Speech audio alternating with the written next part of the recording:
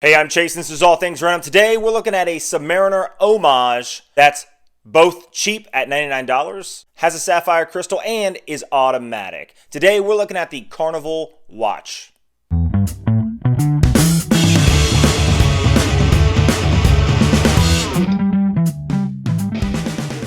Now, when I first found this watch, it was on eBay, listed at about $79. However, with all the stuff happening overseas with the coronavirus, a lot of Chinese shipping is shut down or extremely limited at this moment, so it's going to take forever to get something if you order it. Well, I found it on Amazon for $99, and it was shipped prime within 2 days to my house here in Alaska.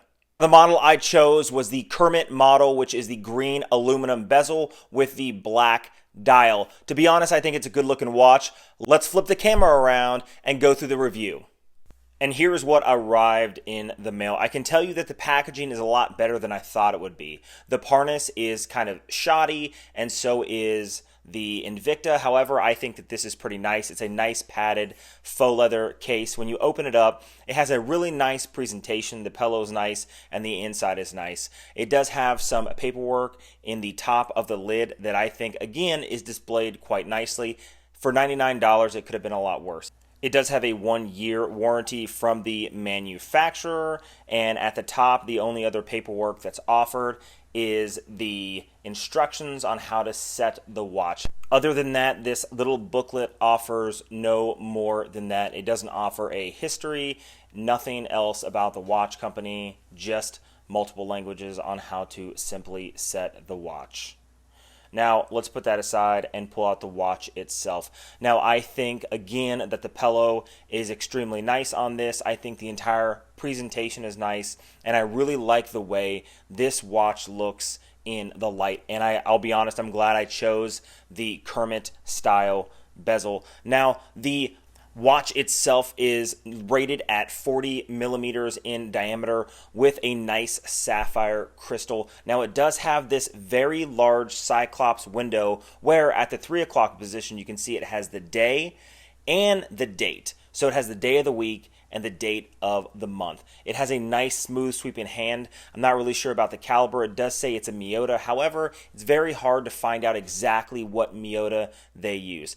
The band is 20 millimeters wide on the band, and it has this really weird butterfly clasp. I'm not a big fan of the butterfly clasp. It's just like any other one. However, it's very difficult to micro adjust them. The bracelet, high polished in the center links and brushed on the outside. The case itself is high polished, which is fine. It gives it a nice look. However, it's very easy for scratches to show up on that. There's the Miyota movement in the back. It is very, very rugged looking. The only thing that's decorated is the rotor, and it's hardly decorated at all, but it seems to get the job done.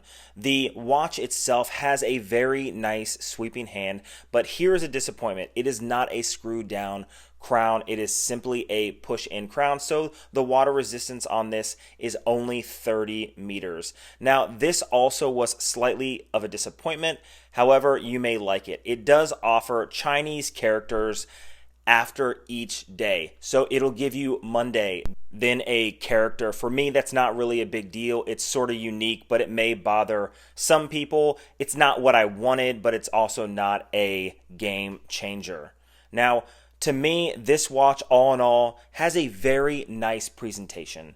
The bezel is aluminum, it's unidirectional, and it has 120 clicks. Now, I like aluminum bezels as opposed to the ceramic bezels because over time, they'll tend to wear, they'll have a little bit better character, and it just has a really nice look. It'll start to fade. It just, it's not super bright and brilliant. The only thing that I don't like about this bezel is it has some slop in it. Like it has some pullback whenever you twist it. That's a negative for me.